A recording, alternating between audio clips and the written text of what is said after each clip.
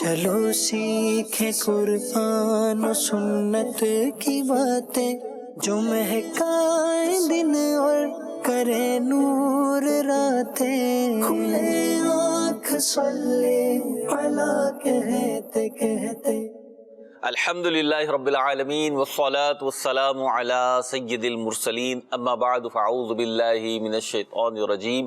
بسم اللہ الرحمن الرحیم. الصلاة والسلام علیک یا رسول اللہ وعلی آلک واصحابک یا حبیب اللہ. میرے محترم اسلامی بھائیوں، مدنی چینل کے ناظرین، الحمدللہ پروگرام ہے کھلے آنکھ صلی علی کہتے کہتے، اور حسب معمول ایک عنوان پسند کیا ہے ہماری مجلس نے، آپ کے سامنے رکھیں گے آج. اس پر گفتگو وہ ہے ہمارے عزیز. یہ کسی کا نام نہیں ہے بلکہ رشتہ داروں کو عزیز بھی کہتے ہیں نا کہ یہ ہمارے عزیز ہیں، تو اسی سے لے کر رکھا گیا ہے ہمارے عزیز. تو ہمارے عزیز آپ کے عزیز اور کسی کے بھی عزیز، یعنی رشتہ دار اور رشتہ داری، یہ جو تعلق ہے یہ انسان کی بڑی بنیادی ضرورت ہے اور اس کی خوشیوں اور غموں کا ساتھ ہے.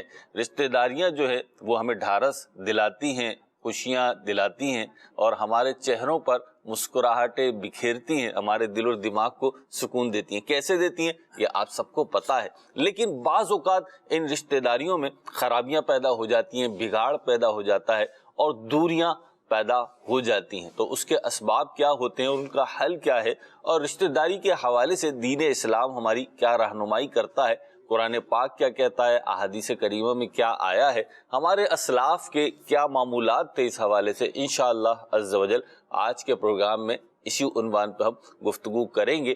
پہلے درود پاک کی فضیلت سنتے ہیں اور پھر تلاوت قرآن کی طرف بڑھتے ہیں. حضور نبی رحمت شفیع امت صلی اللہ تعالی علیہ وسلم کا فرمان عالی شان، بے شک بروز قیامت اس کی دہشتوں اور دشوار گزار گھاٹیوں سے جلد نجات پانے والا وہ شخص ہوگا جس نے دنیا میں مجھ پر کثرت کے ساتھ درود پاک پڑھا ہوگا. اللہ اکبر!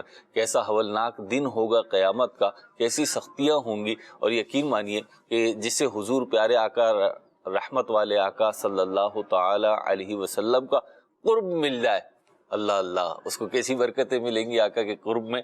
تو بڑا زبردست وظیفہ ہے، بڑا زبردست طریقہ ہے قرب مصطفیٰ پانے کا. قیامت کے دن درود پاک کی کثرت کیجئے. صلو علی الحبیب صلی اللہ تعالی علی محمد صلی اللہ علیہ وسلم.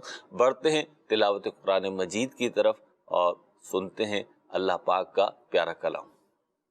اعوذ باللہ من الشیطان الرجیم. میں اللہ تعالیٰ کی پناہ میں آتا ہوں شیطان مردود سے. بسم اللہ الرحمن الرحیم. اللہ کے نام سے شروع جو نہایت مہربان رحم والا. وَأَمَّا ثَمُودُ فَهَدَيْنَاهُمْ فَاسْتَحَبُّوا الْعَمَى عَلَى الْهُدَى فَأَخَذَتْهُمْ صَاعِقَةُ الْعَذَابِ الْهُونِ بِمَا كَانُوا يَكْسِبُونَ. اور رہے سمود، انہیں ہم نے راہ دکھائی تو انہوں نے سوجنے پر اندھے ہونے کو پسند کیا، تو انہیں ذلت کے عذاب کی کڑک نے آ لیا، سزا ان کے کیے کی. وَنَجَّيْنَا الَّذِينَ آمَنُوا وَكَانُوا يَتَّقُونَ. اور ہم نے انہیں بچا لیا جو ایمان لائے اور ڈرتے تھے. وَيَوْمَ يُحْشَرُ أَعْدَاءُ اللَّهِ إِلَى النَّارِ فَهُمْ يُوزَعُونَ. اور جس دن اللہ کے دشمن آگ کی طرف ہانکے جائیں گے تو ان کے اگلوں کو روکیں گے. حَتَّى إِذَا مَا جَاءُوهَا شَهِدَ عَلَيْهِمْ سَمْعُهُمْ وَأَبْصَارُهُمْ وَجُلُودُهُمْ بِمَا كَانُوا يَعْمَلُونَ. یہاں تک کہ پچھلے آ ملیں، یہاں تک کہ جب وہاں پہنچیں گے ان کے کان اور ان کی آنکھیں اور ان کے چمڑے سب ان پر ان کے کیے کی گواہی دیں گے. وَقَالُوا لِجُلُودِهِمْ لِمَ شَهِدتُّمْ عَلَيْنَا. اور وہ اپنی کھالوں سے کہیں گے تم نے ہم پر کیوں گواہی دی؟ قَالُوا أَنطَقَنَا اللَّهُ الَّذِي أَنطَقَ كُلَّ شَيْءٍ وَهُوَ خَلَقَكُمْ أَوَّلَ مَرَّةٍ إليه ترجعون. وہ کہیں گی ہمیں اللہ نے بلوایا جس نے ہر چیز کو گویائی بخشی، اور اس نے تمہیں پہلی بار بنایا اور اسی کی طرف تمہیں پھرنا ہے. وما كنتم تستترون أن يشهد عليكم سمعكم ولا أبصاركم ولا جلودكم ولكن ظننتم أن الله لا يعلم كثيرا مما تعملون. اور تم اس سے کہاں چھپ کر جاتے کہ تم پر گواہی دیں تمہارے کان اور تمہاری آنکھیں اور تمہاری کھالیں، لیکن تم تو یہ سمجھے بیٹھے تھے کہ اللہ تمہارے بہت سے کام نہیں جانتا. وَذَلِكُمْ ظَنُّكُمُ الَّذِي ظَنَنْتُمْ بِرَبِّكُمْ أَرْدَاكُمْ فَأَصْبَحْتُمْ مِنَ الْخَاسِرِينَ. اور یہ ہے تمہارا وہ گمان جو تم نے اپنے رب کے ساتھ کیا اور اس نے تمہیں ہلاک کر دیا، تو اب رہ گئے ہارے ہوئوں میں. فَإِن يَصْبِرُوا فَالنَّارُ مَثْوًى لَهُمْ. پھر اگر وہ صبر کریں تو آگ ان کا ٹھکانہ ہے. وَإِن يَسْتَعْتِبُوا فَمَا هُمْ مِنَ الْمُعْتَبِينَ. اور اگر وہ منانا چاہیں تو کوئی ان کا منانا نہ مانے. وَقَيَّضْنَا لَهُمْ قُرَنَاءَ فَزَيَّنُوا لَهُم مَّا بَيْنَ أَيْدِيهِمْ وَمَا خَلْفَهُمْ وَحَقَّ عَلَيْهِمُ الْقَوْلُ فِي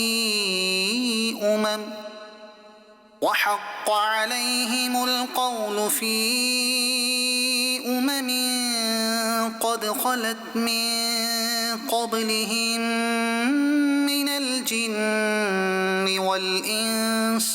اور ہم نے ان پر کچھ ساتھی تعینات کیے، انہوں نے انہیں بھلا کر دکھایا جو ان کے آگے ہے اور جو ان کے پیچھے، اور ان پر بات پوری ہوئی ان گروہوں کے ساتھ جو ان سے پہلے گزر چکے جن اور آدمیوں کے. إِنَّهُمْ كَانُوا خَاسِرِينَ. بے شک وہ زیاں کار یعنی نقصان میں تھے. صدق اللہ العظیم. سبحان اللہ. اللہ پاک کا پاکیزہ کلام ہم نے تلاوت سنی.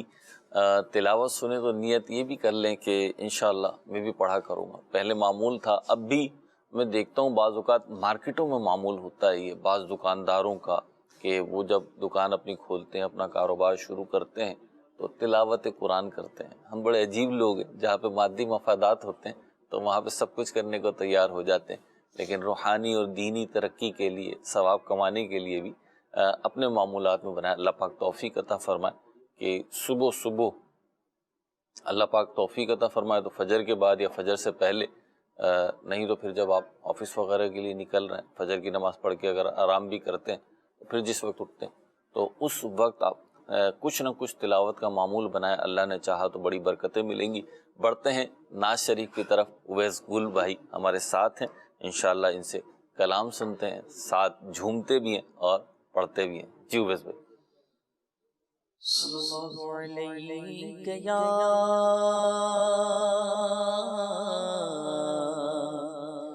یا رسول اللہ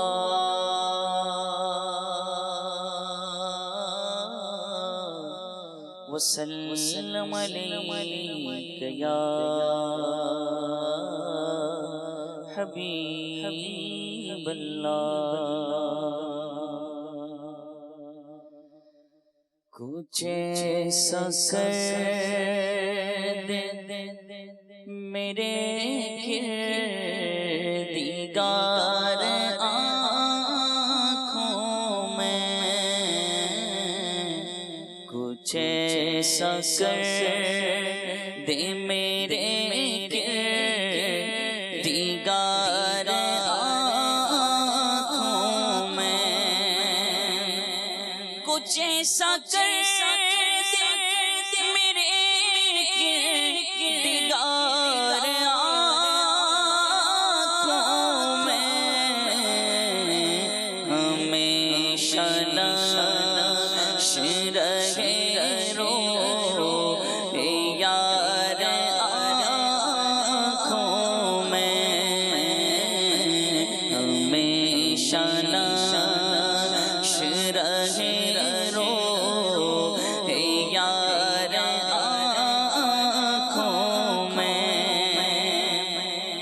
ایسا ہوا ہے کوئی گلزار آنکھوں میں بسا ہوا ہے کوئی گلزار آنکھوں میں کھلا ہے چار طرف لالزار آنکھوں میں کھلا ہے چار طرف لالزار آنکھوں میں وہ نور دے میرے پروردگار آنکھوں میں وہ نور دے میرے پروردگار آنکھوں میں کہ جلوگر رہے رخ کی بہار آنکھوں میں کہ جلوگر رہے رخ کی بہار آنکھوں میں کچھ ایسا کر دے میرے دیدار آنکھوں میں عجب نہیں کہ لکھا لوح کا نظر آئے عجب نہیں کہ لکھا لوح کا نظر آئے جو نقش پا کا لگاؤ غبار آنکھوں میں جو نقش پا کا لگاؤ غبار آنکھوں میں کچھ ایسا کر دے میرے دیدار آنکھوں میں یہ گل یہ گلشن کے بیل اور بوٹے یہ گلشن کے بیل اور بوٹے انہی کے دم کی ہے ساری بہار آنکھوں میں انہی کے دم کی ہے ساری بہار آنکھوں میں کرم یہ مجھ پہ کیا ہے میرے تصور نے کرم یہ مجھ پہ کیا ہے میرے تصور نے آج کھینچلی تصویر یار آنکھوں میں کہ آج کھینچلی تصویر یار آنکھوں میں فرشتے پوچھتے مجھ سے کس کی امت ہو فرشتے پوچھتے مجھ سے کس کی امت ہو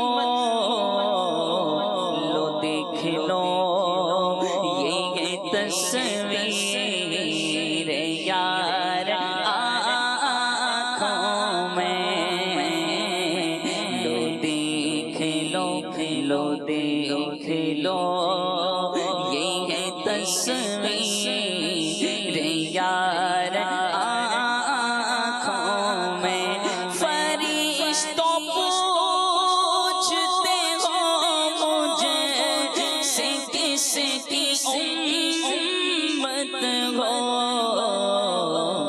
لو دیکھ لو یہ ہے تصویر یار آنکھوں میں لو دیکھ لو یہ ہے تصویر یار آنکھوں میں پیا ہے جام محبت جو آپ نے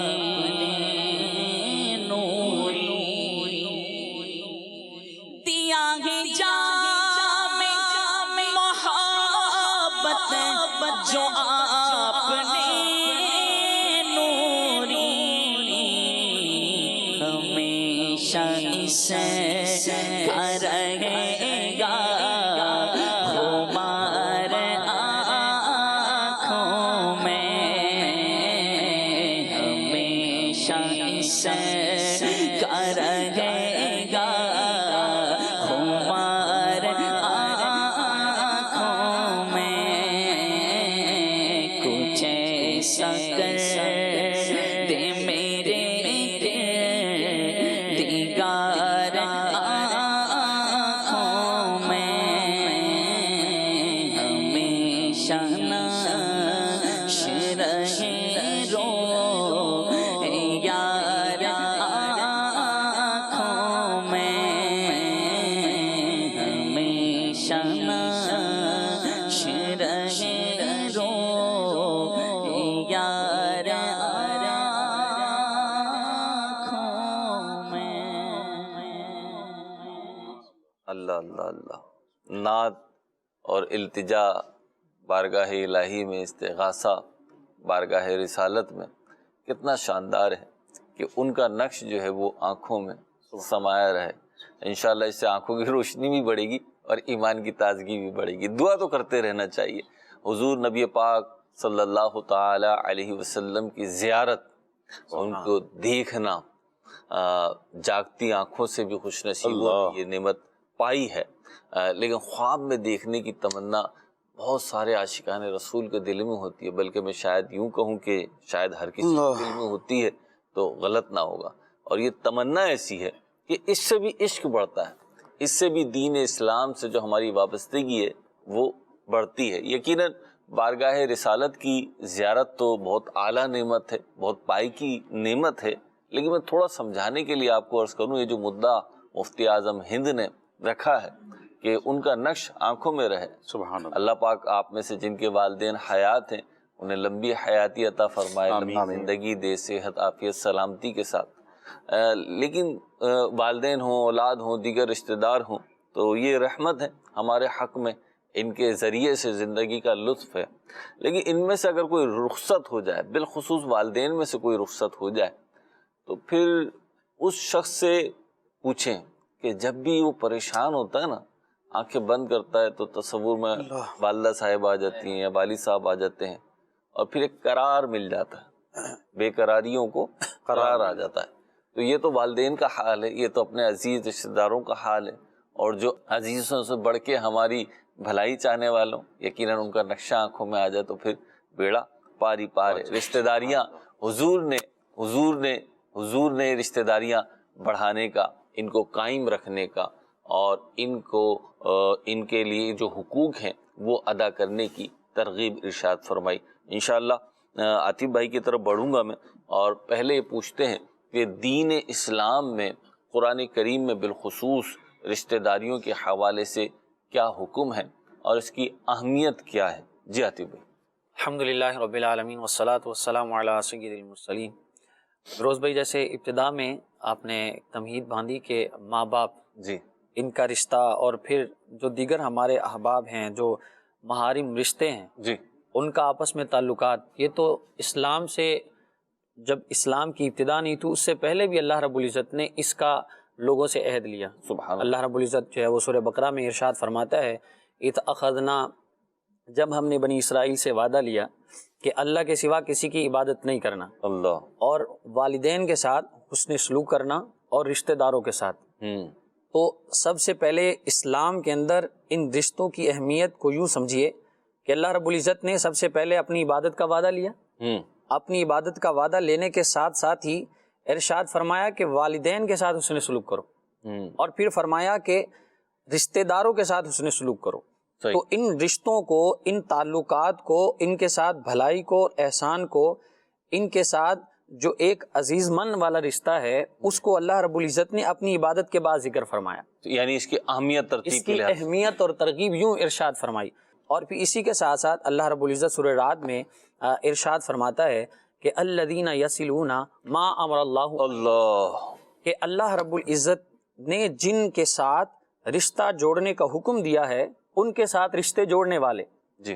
اس کی تفسیر میں صراط الجنان میں لکھا ہے کہ اس سے مراد یہ ہے کہ جو اللہ رب العزت نے یا شریعت مطہرہ نے ہمیں رشتے بیان کیے ہیں، جی. ان کے حقوق کو ادا کرنا، ان کے ساتھ بھلائی کرنا، اور ان کے جتنے بھی ایک شریعت مطہرہ نے دائرہ کار کے اندر رہ کر جتنے بھی معاملات بیان کیے ہیں، جی. اب ان رشتوں کے اندر نسبی رشتے بھی آتے ہیں، صحیح. اور ان کے ساتھ ساتھ دینی رشتے بھی ہیں. نبی پاک صلی اللہ علیہ وسلم کے اقارب بھی ہیں. جیسے سادات اکرام کے ساتھ محبت کا ایک الگ ہی جو ہے وہ لطف ہے، سارے اسی میں شامل ہیں. اب اس کے ساتھ دیکھیں سادات اکرام کی جب بات آتی ہے تو پھر وہ دل میں ایک ویسے ہی محبت پیدا ہو جاتی ہے، کیونکہ یہ نبی پاک صلی اللہ تعالیٰ علیہ وسلم کے خاص خاندان والے ہیں، اور ان کے ساتھ صلہ رحمی کا، بھلائی کا تو نبی پاک صلی اللہ علیہ وسلم نے خود ارشاد فرمایا. قرآن کریم نے بھی ترغیب قرآن پاک میں بھی اس پہ واضح طور پر ترغیب ارشاد فرمائی گئی ہے. تو تفسیر صراط الجنان میں مزید ساتھ لکھا ہے کہ ان رشتوں کے ساتھ ساتھ، یعنی قرآن پاک میں اللہ رب العزت نے جو بیان فرمایا کہ میری عبادت کرو، اور اس کے ساتھ ان رشتوں کا بیان فرمایا، تو اس سے یہ بات واضح ہوتی ہے کہ شریعت مطہرہ کے اندر، اسلام کے اندر ان رشتوں کی اہمیت کتنی ہے کہ حقوق اللہ کے بعد اگر دوسری بات ہے تو وہ حقوق العباد میں سب سے پہلے اپنے جو قریبی رشتہ دار ہیں، جو آپ کے عزیز ہیں، ان کے ساتھ اچھے تعلقات کو قائم رکھنا ہے، اور ان کے جو شریعت مطہرہ نے حقوق بیان کیے ہیں کہ ان کے ساتھ سلام دعا کی جائے، بیمار ہو جائیں تو بیمار پرسی کے لیے جایا جائے، اگر وہ مریض ہوں تو ان کی عیادت کے لیے جائے، کوئی پریشانی ہو جائے تو ان کی پریشانی کو دور کیا جائے، وہ جو ہے وہ دعوت پہ بلائیں تو ان کی دعوت میں جایا جائے، ان کو اپنی دعوت میں بلایا جائے، ان کے غم میں شریک ہوں، ان کے دکھ جو ہے وہ ان کو دور کیا جائے. تو یہ ساری چیزیں جو ہیں وہ اللہ رب العزت نے ہمیں بیان فرمائی، اور اس آیت مقدسہ کے تحت جو ہے وہ یوں کر کے اس کو بیان کیا. سبحان اللہ، ماشاء اللہ. قرآن کریم ہمیں رشتہ داریاں جوڑنے کا حکم دے رہا ہے، قطع رحمی سے منع فرما رہا ہے. احادیث کریمہ میں کیا آیا؟ انشاءاللہ سید قذافی باپو ہمارے ساتھ موجود ہیں. احادیث کریمہ میں جو رشتہ داری کی اہمیت آئی انشاءاللہ وہ بھی پوچھتے ہیں، لیکن اس سے پہلے غلام الیاس بھائی میں آپ کی طرف آؤں گا اور یہ پوچھنا چاہوں گا کہ جیسے آج ہم رشتہ داریوں کو لے کے بیٹھے ہوئے ہیں، ہمارے عزیز، یہ ہمارا موضوع ہے آج. تو بعض اوقات یوں ہوتا ہے کہ بالخصوص جب امیچور ہوتا ہے بندہ، میچورٹی نہیں آئی ہوتی، لڑکپن ہوتا ہے، آج کل یہ میں فیل کرتا ہوں، تو کہتا ہے کسی کے نخرے اٹھانے کی ضرورت ہی کیا ہے؟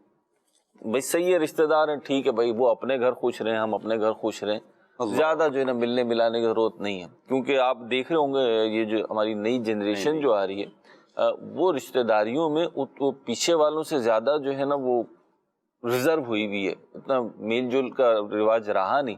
آپ کیا کہتے ہیں کہ انسان اگر یہ رشتہ داریاں وغیرہ، ایک تو قرآن و حدیث کے احکام ہیں وہ تو اپنی جگہ ہیں، لیکن میں ایک اور کانسیپٹ میں، ایک اور سینیریو میں آپ سے پوچھنا چاہ رہا ہوں کہ انسان اپنے رشتہ داروں وغیرہ کو چھوڑ دے، بھائی طاقت ہے، قوت ہے، اور ابھی اسٹرگل کر رہے ہیں یا جو بھی ہیں ویل سیٹ ہیں، تو بندہ کہتا ہے یار کیا ضرورت پڑی، مجھے کیا ضرورت پڑی، مجھے تو کوئی ضرورت نہیں، مجھے جس چیز کی ضرورت ہے مجھے مل جاتی ہے، میں حاصل کر لیتا ہوں، پیسے دیتا ہوں، یہ کام ہو جاتا ہے، فلاں سے کہتا ہوں یہ کام ہو جاتا ہے، تو مجھے رشتہ داریوں کی ضرورت کیا؟ آپ کیا کہتے ہیں کہ مطلب یہ سوچ، اور پھر یہ سوچ کیوں ہو رہی ہے؟ جی، اس میں عرض کروں گا میروز بھائی، ماشاءاللہ یہ تو بہت اچھا ٹاپک آج لیا گیا ہے. اور سب سے پہلے ہم دیکھیں، سے آپ نے بات کی کہ ہم دین اسلام میں تو اہمیت ہے ہی، اس کے علاوہ بات کریں، لیکن دین اسلام کے اندر بھی اس قدر اس کی اہمیت ہے کہ پیارے آقا صلی اللہ علیہ وسلم کی جو امت ہے، اس کے ساتھ ساتھ جو پچھلی امتیں ہیں اس کے اندر بھی رشتوں کی اہمیت کو بیان کیا گیا ہے. ابھی جو ہمارے عاطف بھائی نے یہاں پر قرآن کی آیت پڑھی، جس سے انہوں نے آگے بات بھی کی، مدنی چینل کے ناظرین ذرا ہم غور کریں کہ پیارے آقا صلی اللہ علیہ وسلم جب آپ دنیا میں تشریف لائے اس کے بعد تو مکمل دین اسلام بھی مکمل ہو گیا، لیکن پچھلی امتوں کے اندر بھی رشتہ داریوں کو اہمیت دی گئی ہے کہ اللہ کریم نے جو بنی اسرائیل سے عہد لیا اس میں 3 باتیں تھیں. عہد لیا ان سے کہ تم اللہ کے سوا کسی کی عبادت نہیں کرو گے، دوسرا اپنے والدین کے ساتھ حسن سلوک کرو گے، اور رشتہ داروں کے ساتھ. ان باتوں کا اللہ کریم نے بنی اسرائیل سے عہد لیا. یعنی یہ ایسا کام ہے کہ والدین کے ساتھ حسن سلوک، یعنی یہ بھی رشتہ داری ہے نا، رشتہ داری اس میں آگے بھی والدین بھی رشتہ داری ہے. پھر آگے دیکھتے چلے جائیں تو ساری اس میں سب سے بڑی یہ جو ہے اللہ پاک نے اس تعلق سے ان سے عہد لیا. تو یہ جو رشتہ داری ہے نا، جس طرح ہم مہروز بھائی اللہ پاک کی بہت ساری نعمتیں ہیں. ہمارے ہاتھ یہ اللہ پاک کی نعمت، ہماری آنکھیں، ہمارے کان اور ہماری زبان، ہر چیز اللہ پاک کی نعمتیں ہیں. اس طریقے سے یہ جو رشتہ داری جو آپ نے سوال کیا، جو آپ کی طرف آ رہا ہوں، یہ جو رشتہ داریاں ہیں یہ بھی اللہ کریم کی بہت بڑی نعمت ہے. صحیح ہے.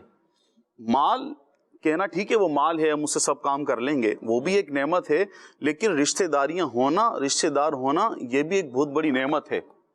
کہ بندہ ذرا غور تو کرے کہ جن کے ساتھ آپ نے انگلی پکڑ کر چلنا سیکھا، یعنی اب دیکھیں جس کے والدین نہیں ہوتے، ایسا آپ نے کہا کہ آنکھیں بند کریں اور والدین کا غور کریں کہ اگر وہ نہ ہو، دنیا سے چلے گئے، بندہ آنکھیں بند کرے ان کی تصویر آتی. بعض لوگ ایسے بھی ہوتے ہیں کہ جو بچپن میں ان کے والدین دنیا سے چلے جاتے ہیں، لیکن اب والد کا جو حق ہے وہ کس نے ادا کیا؟ بڑے بھائی نے. بڑا بھائی اس کو پال رہا ہے، اس کو لے کر چل رہا ہے، اس کی تربیت کر رہا ہے، اسکول پڑھانا، قرآن پڑھانا، سارے کام اس نے کیے. اسی طرح بڑی بہن کا بھی جو کردار ہے وہ ماں کی طرح ہوتا ہے. تو والدین کے بعد بھی جو دیگر رشتہ دار ہیں یہ بھی والدین کی طرح اپنے چھوٹے بہن بھائیوں کا خیال کرتے ہیں. یہ بھی بہت بڑی نعمت ہے. آپ تو چھوٹے تھے نا، مال تو چلو ابھی آیا ہے بڑے ہونے کے بعد، بچپن میں کیا تھا آپ کے پاس؟ اور تھا بھی تو اس پہ اختیار کتنا تھا، وہ الگ معاملہ، ایک شریک اس پہ اختیار کتنا آپ کے حق میں نہیں. تو کس نے سنبھالا آپ کو؟ آپ کے رشتہ داروں نے سنبھالا. ایسا ہی آپ کے والدین نے، آپ کے بہن بھائیوں نے، آپ کے جو چچا ہیں، تایا ہیں، انہوں نے آپ کو سہارا دیا. بعض معاملات میں تو میں یہاں پہ تھوڑا سا گرہ لگاؤں کہ بعض معاملات میں تو اگر ایسا ہو جائے نا حادثہ کہ والد نہیں ہے، والدہ نہیں ہے، یا دونوں نہیں ہے، تو جو رشتہ دار ہوتے ہیں وہ صحیح ہے کہ غلط بھی ہو رہا ہوتا ہے. لیکن بعض جگہ میرا خود مشاہدہ ہے غلام الیاس بھائی کہ وہ رشتہ دار نا ماں باپ سے بڑھ کر پھر بعض کام کر جاتے ہیں. ایک چھوٹی سی مثال دیتا ہوں جو اس وقت میرے ذہن میں. ایک شادی کی تقریب میں نے اٹینڈ کی، صحیح صاحب، اور جس بچی کی شادی تھی اس کے والد صاحب بچپن میں انتقال کر گئے تھے. تو ایسا کچھ نہیں تھا، تو چچا نے ساری دیکھ بھال کی.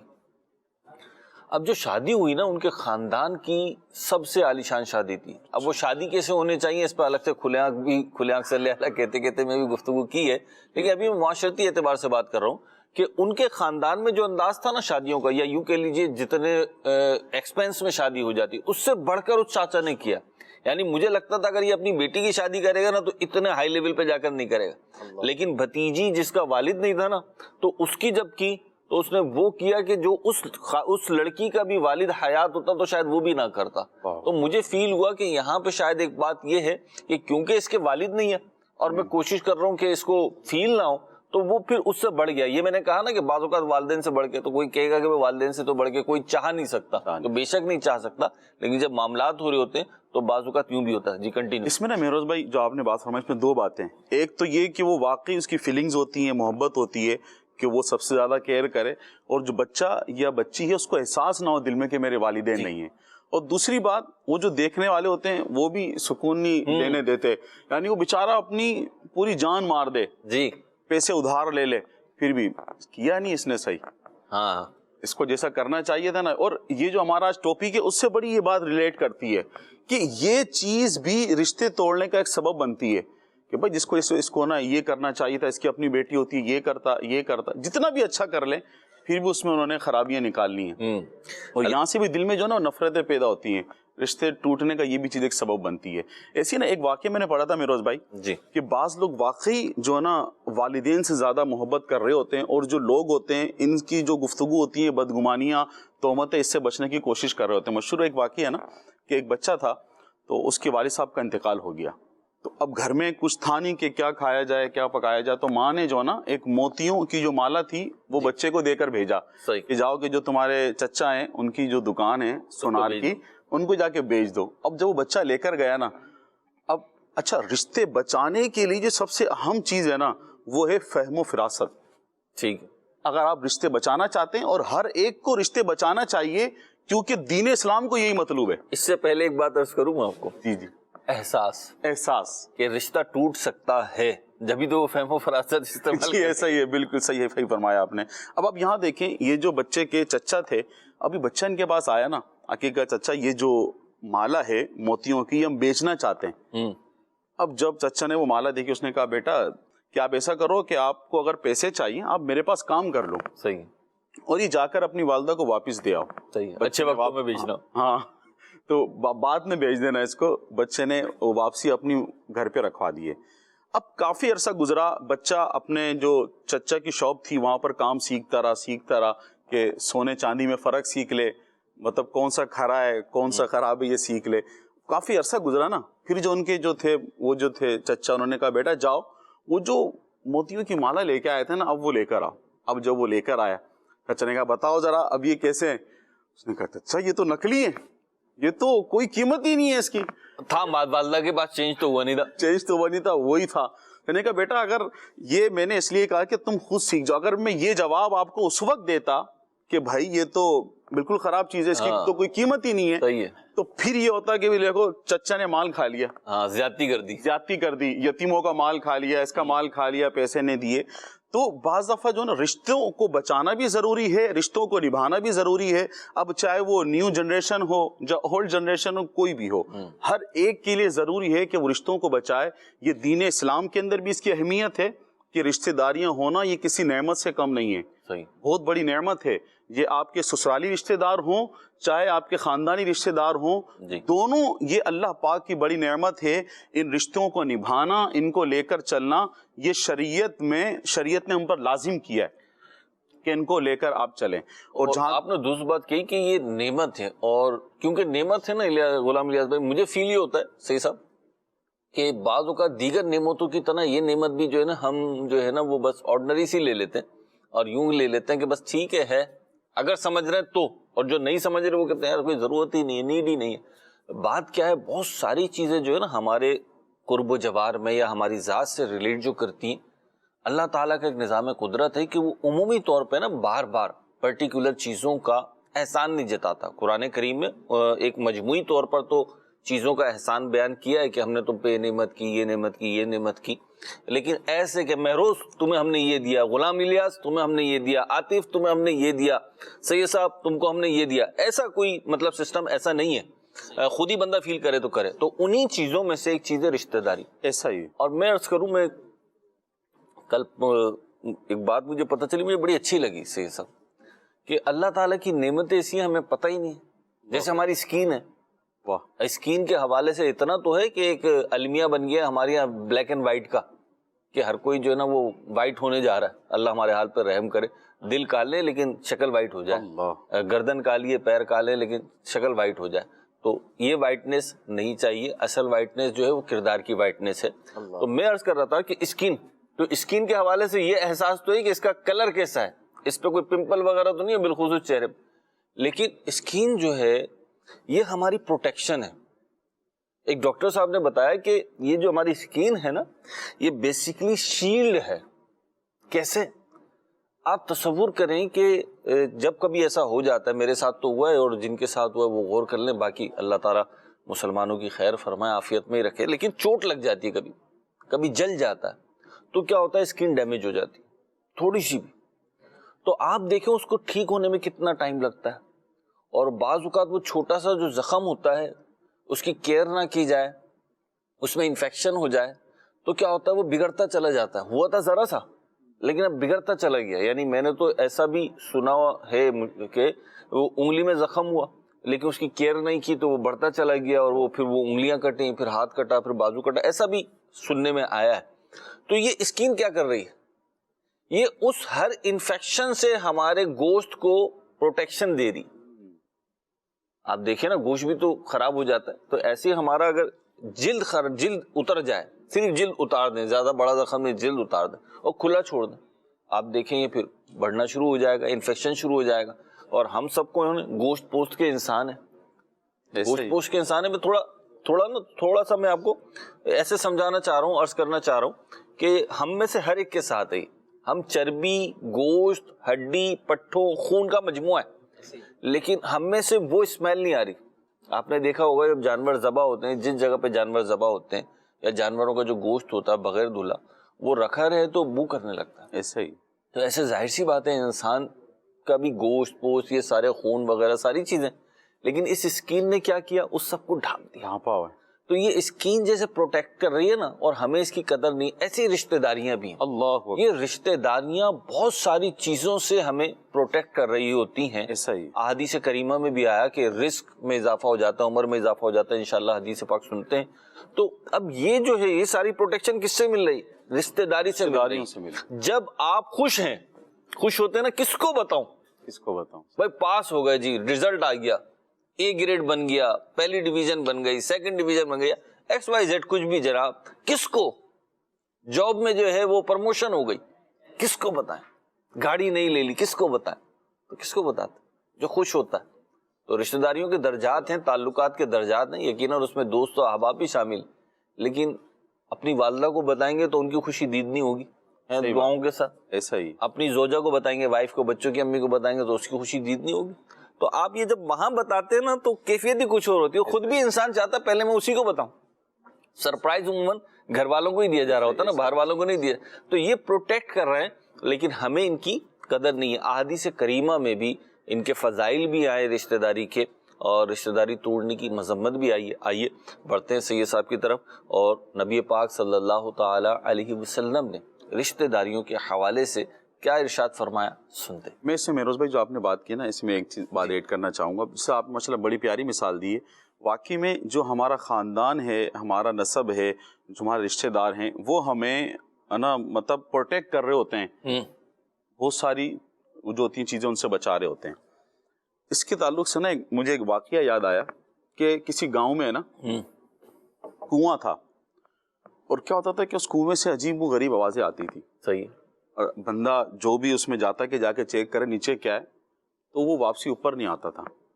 سب لوگ بڑے پریشان کہ بھئی یہ کیا معاملہ ہے، کیوں ایسا ہو رہا ہے. تو ایک بندہ تھا وہ تیار ہوا کہ بھئی میں جاؤں گا دیکھنے نیچے کیا ایسی کون سی بلا ہے، بڑی چیخنے چلانے کی آوازیں آتی تھی، میں دیکھنے جاؤں گا. اچھا ہوتا کیا تھا، جو بھی بندہ نیچے دیکھنے جاتا تھا، جو گاؤں کے لوگ تھے وہ جو ڈول ہوتا ہے وہ رسی پکڑ کے رکھتے تھے، لیکن جیسی چیخنے چلانے کی آواز آتی تھی وہ چھوڑ دیا کرتے، بھاگ جاتے تھے ڈر کے مارے. تو اب اس نے نا یہاں پر شرط لگائی کہ میں نیچے جاؤں گا، دیکھوں گا کون سی بلا ہے جو نیچے سے آواز آ رہی ہے، معاملہ کیا ہے.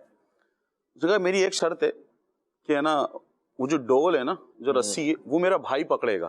جی آپ نے جو بات کی نا اس سے مجھے یاد آیا کہ دیکھیں بھلے سے آپ کے دوست ہیں، بہت سارے لوگ ہیں، پیسوں سے آپ سب کچھ خرید سکتے ہیں، لیکن جو آپ کا خونی رشتہ ہے نا، وہ جو آپ کی حفاظت کرے گا وہ اور کوئی نہیں کر سکتا. اس نے کہا کہ میری جو رسی ہے نا وہ میرا بھائی پکڑے گا. صحیح.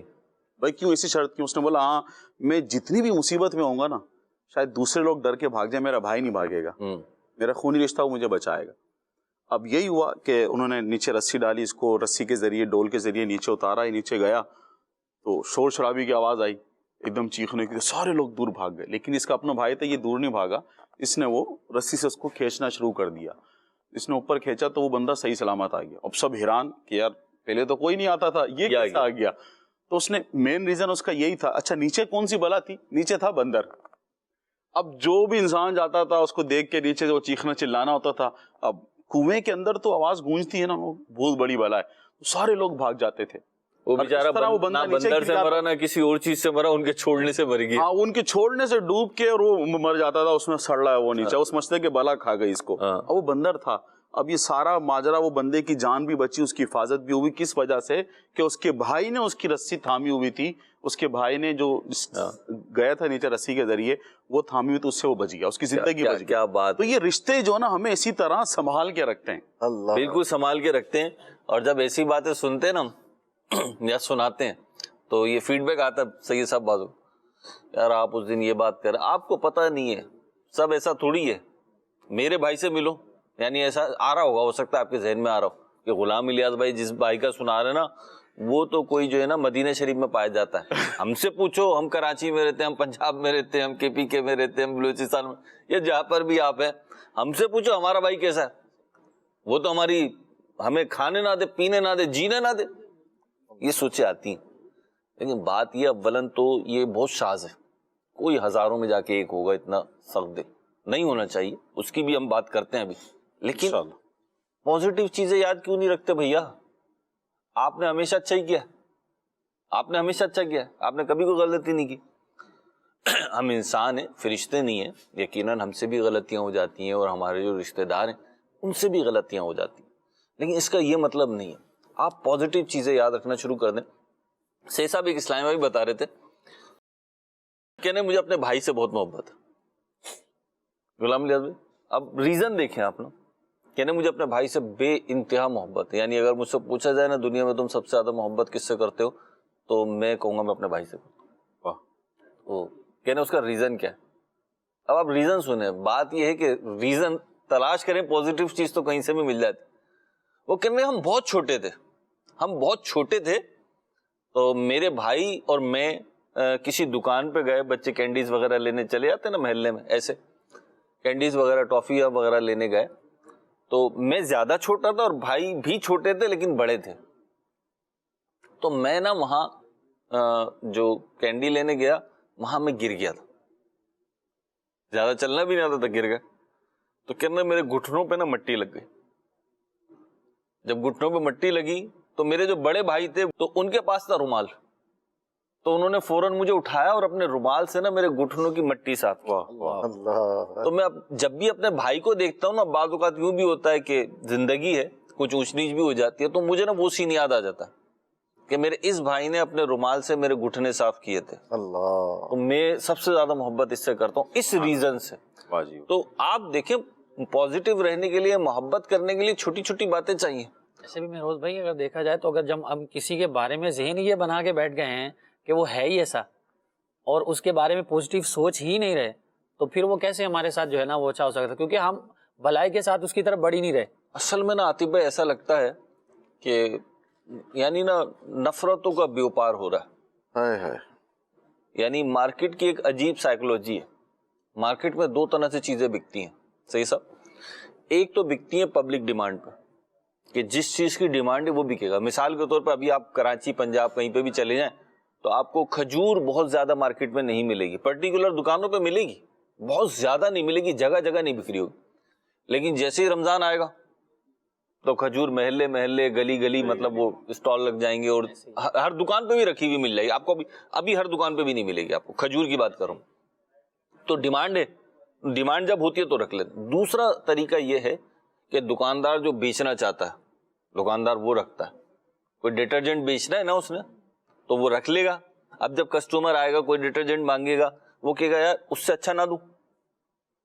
یہاں تک کہ دوائیاں بھی، میڈیسن میں بھی ہوتا ہے، میڈیسن میں بھی ہوتا ہے کہ ڈاکٹر اپنی پسند کی میڈیسن دے گا آپ کو نا، تو وہ جو ہے نا وہ پھر ضرورت یا نیڈ کسٹمر کی نہیں دیکھی جا رہی، وہ یہ دیکھا جا رہا ہے میں کیا چاہتا ہوں۔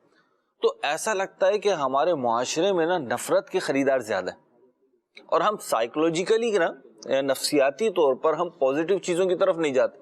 مثال کے طور پہ آپ روحانی علاج والوں سے پوچھیں، ان کے پاس کوئی شخص آیا کہ حضرت چیک کرو مجھے کوئی پرابلم لگ رہا ہے، کسی نے کچھ کر دیا۔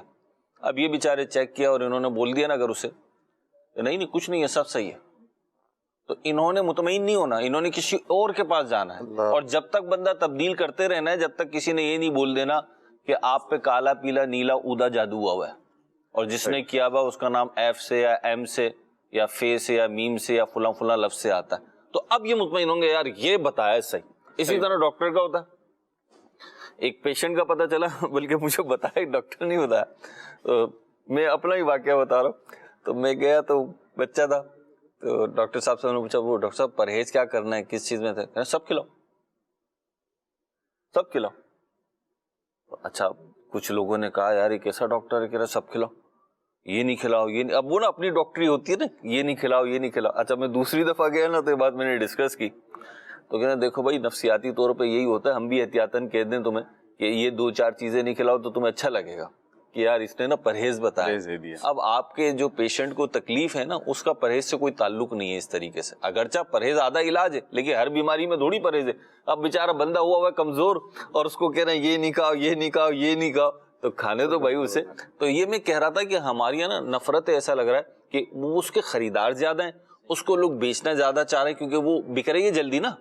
میں آپ سے کہوں گی, آپ مجھ سے کہیں میرے بھائی اپنے بھائی سے سلو کر لو, اس میں مزہ کہاں آتا ہے؟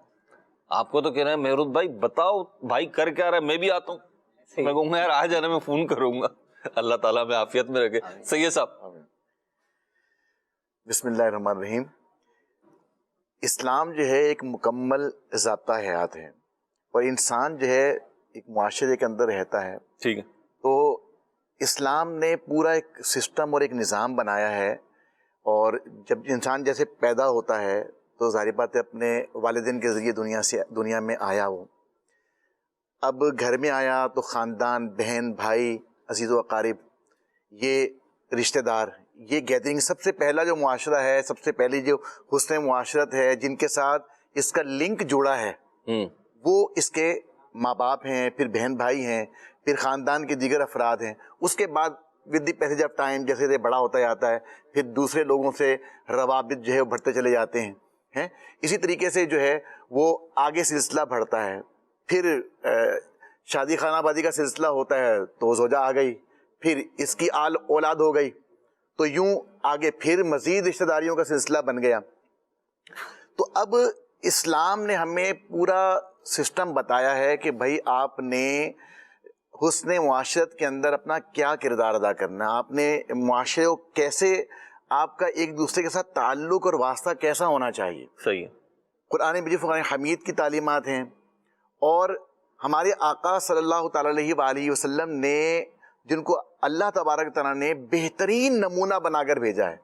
آقا علیہ السلام نے وہ حسن معاشرت وہ کر کے دکھایا, اور آپ علیہ السلام نے اس کی ترغیبات بھی ارشاد فرمائیں. یہی جو ہم ڈسکشن کر رہے ہیں کہ جناب رشتہ داریوں کی اہمیت کیا ہے, عزیز و اقارب کے ساتھ ہمارا رویہ, انداز, طریقہ کیا ہونا چاہیے, ان کے ساتھ حسن سلوک کیسا ہونا چاہیے, ان سے رشتہ داری برقرار رکھنی ہے, حسن سلوک کرنا ہے, رشتے قطع تعلق نہیں کرنا ہے.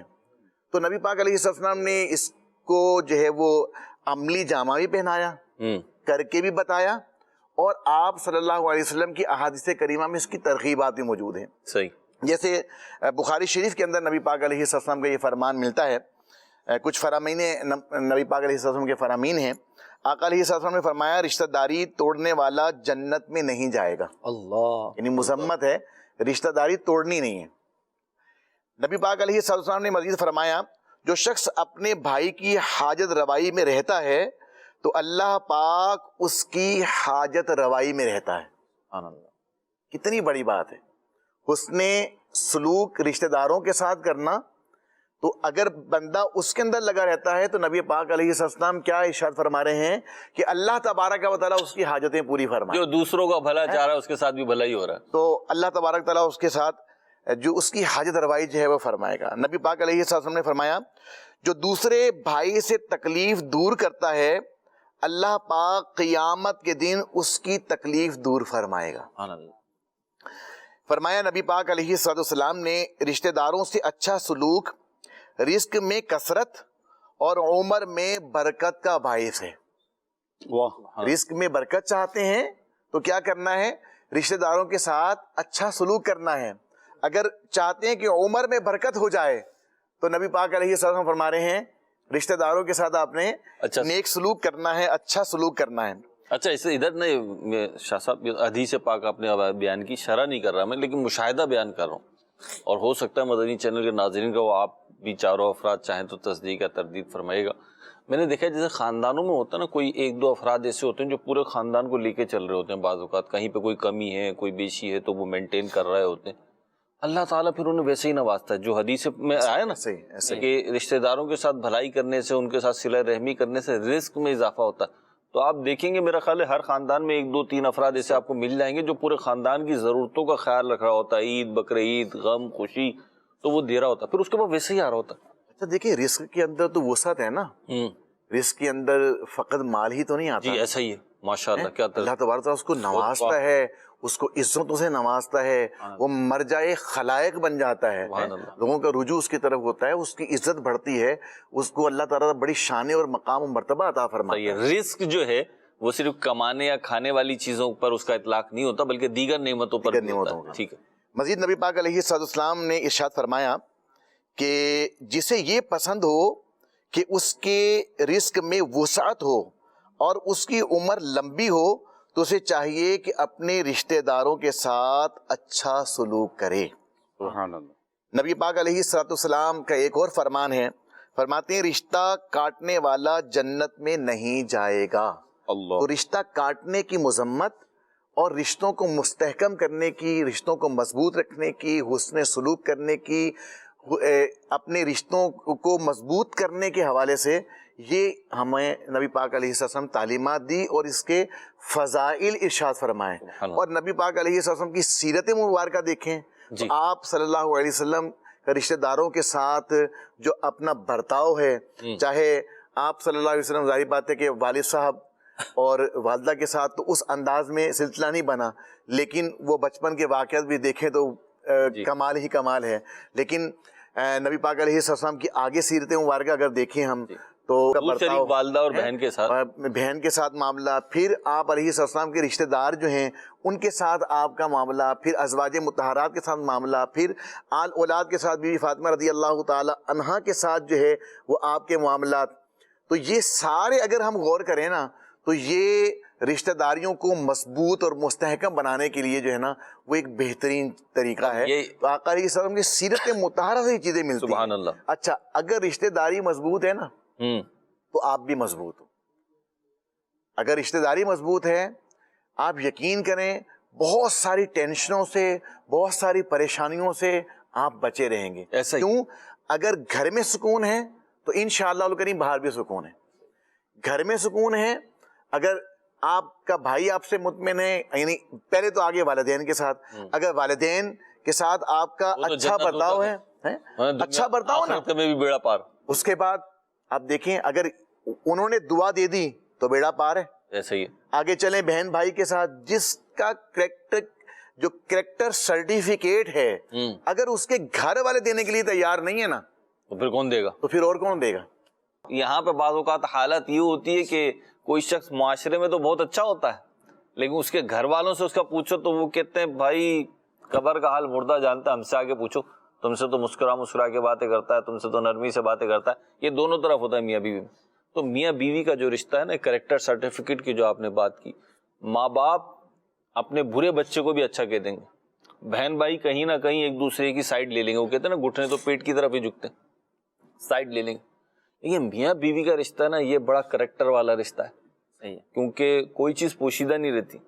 تو یہاں پہ آپ دیکھ لیں، اور ناراض ہونے کی ضرورت نہیں ہے. اگر آپ کے لیے کوئی نیگیٹو ریمارکس آ رہے ہیں آپ کے لیے کہ تم یوں تو غور کر لینا چاہیے.